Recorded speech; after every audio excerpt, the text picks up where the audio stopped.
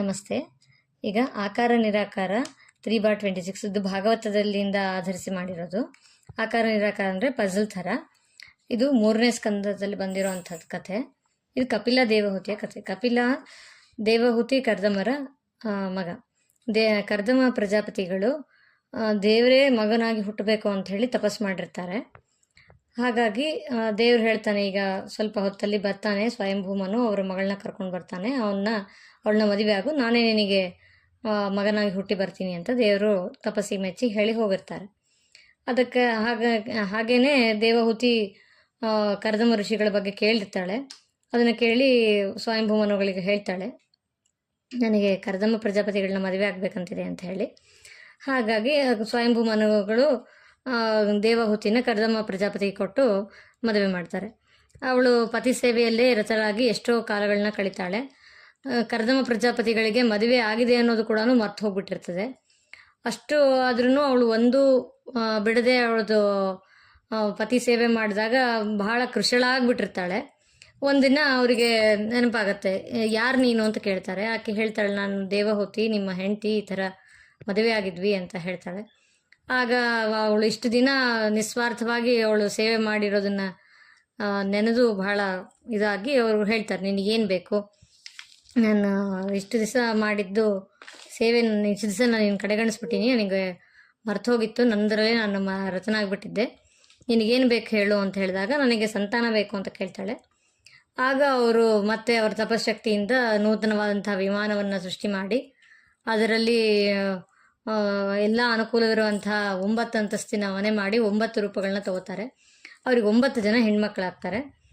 ಆಗ ಕರ್ದಮ ಋಷಿಗಳು ಹೇಳ್ತಾರೆ, ನಾನು ಹೊರಡ್ತೀನಿ, ನನಗೆ ಸಾಕಾಯಿತು, ಇದು ತೃಪ್ತಿಯಾಗಿದ್ದೀನಿ, ಮತ್ತೆ ನಾನು ಸಂಸಾರದಲ್ಲಿ ಬೀಳೋದಕ್ಕಿಲ್ಲ, ನನಗೆ ತಪಸ್ಸಿಗೆ ಹೋಗಿ ನಾನು ಭಗವಂತನ ಅಪರೋಕ್ಷ ಸಾಕ್ಷಾತ್ಕಾರ ಮಾಡ್ಕೊಳ್ಳೋದಿದೆ, ನಾನು ಹೊರಡ್ತೀನಿ ಅಂತ ಹೇಳ್ತಾರೆ. ಆಗ ಹೇಳ್ತಾಳೆ, ಇಂದೆಲ್ಲ ಜವಾಬ್ದಾರಿ ಇದೆ, ಹೆಣ್ಣು ಮಕ್ಕಳು ಮದುವೆ ಮಾಡೋದಿದೆ, ಹಾಗಾಗಿ ನನಗೊಂದು ಗಂಡು ಮಗನ್ನು ಕೊಟ್ಟು ನೀವು ಹೊರಡಬೇಕು ಅಂತ ಹೇಳ್ತಾಳೆ. ಅದಾದ ಮೇಲೆ ಹುಟ್ಟಿದ್ದೆ. ಆಗ ಕರ್ದಮ ಋಷಿಗಳಿಗೂ ಗೊತ್ತಿರುತ್ತಲ್ಲ, ಅವರು ಭಗವಂತ ಹುಟ್ಟು ಬರಬೇಕು ಅಂತ ಕೇಳ್ಕೊಂಡಿರ್ತಾರಲ್ಲ, ಹಾಗಾಗಿ ಅವರು ಇದು ಮಾಡ್ತಾರೆ, ಆಗಲಿ ಅಂತ ಹೇಳಿ ಒಂದು ಗಂಡು ಮಗುಗೆ ಸಂತಾನ ಕೊಡ್ತಾರೆ. ಅದೇ ಕಪಿಲ ರೂಪದಿಂದ ಭಗವಂತ ಅವತಾರ ಮಾಡ್ತಾನೆ.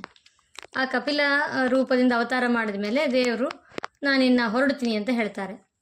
ಕರ್ದಮ ಪ್ರಜಾಪತಿ ನಾನು ಇನ್ನು ಹೊರಡ್ತೀನಿ ಅಂತ ಹೇಳ್ತಾರೆ. ಆಗ ಸರಿ ಆಯಿತು ಅಂತ ಹೇಳ್ತಾಳೆ. ಈ ಕಪಿಲ ಭಗವಂತನ ಸಾಕ್ಷಾತ್ಕಾರ, ಅದೇನು ಗರ್ಭವಾಸದಿಂದ ಬಂದಿರೋಂಥದ್ದೆಲ್ಲ, ಪ್ರತ್ಯಕ್ಷನಾಗಿ ಡೈರೆಕ್ಟಾಗಿ ಬಂದಿರ್ತಾನೆ ಕಪಿಲ ದೇವರು. ಹೇಳ್ತಾರೆ, ನೀನು ನೀ ದೇವರು ಅಂತ ನನಗೆ ಗೊತ್ತಿದೆ ಅಂತ ದೇವಹೂತಿ ಹೇಳ್ತಾಳೆ.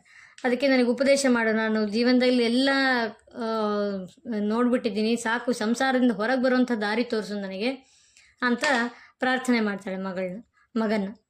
ಆಗ ಕಪಿಲ ದೇವ್ರನ್ನ ಪಡೆಯೋದಕ್ಕೆ ಓರೋದು ಒಂದೇ ಮಾರ್ಗ ಅಂದರೆ ಅದು ಭಕ್ತಿ ಮಾಡು, ಅದರಿಂದ ನಿನಗೆ ಇದಾಗತ್ತೆ, ಭಕ್ತಿ ಒಂದೊಂದೇ ವೃದ್ಧಿಸ್ತಾ ಹೋಗ್ತದೆ ಅಂಥೇಳಿ ಯೋಗ ವಿದ್ಯೆ ಎಲ್ಲನೂ ಉಪದೇಶ ಮಾಡ್ತಾರೆ. ಅದರಲ್ಲಿ ಇಲ್ಲಿ ಕೊಟ್ಟಿರೋದು ಶ್ಲೋಕ ಭಕ್ತಿ ಬಗ್ಗೆ ಹೇಳಿರೋಂಥ, ಉಪದೇಶ ಮಾಡಿರೋಂಥ ಇದನ್ನು ಹೇಳಿದ್ರು. ಆಮೇಲೆ ಆಕೆಯ ಉಪದೇಶ ಪಡೆದು ಸರೋವರವಾಗಿ ಹರಿತಾಳೆ. ಅದು ಈಗ ಗಯಾ ಕ್ಷೇತ್ರ ಏನಿದೆಯಲ್ಲ, ಆ ಕ್ಷೇತ್ರದಲ್ಲಿ ಮಾತೃಗಯ ಅಂತ ಏನು ಹೇಳ್ತಾರಲ್ಲ, ಅದೇ ಈ ಕ್ಷೇತ್ರದ ಅಲ್ಲಿರುವಂಥ ದೇವಹೂತಿ ನದಿಯಾಗಿ ಹರಿದಿರುವಂಥ ಸ್ಥಳ. ಕೃಷ್ಣಾರ್ಪಣ ಮಸ್ತು.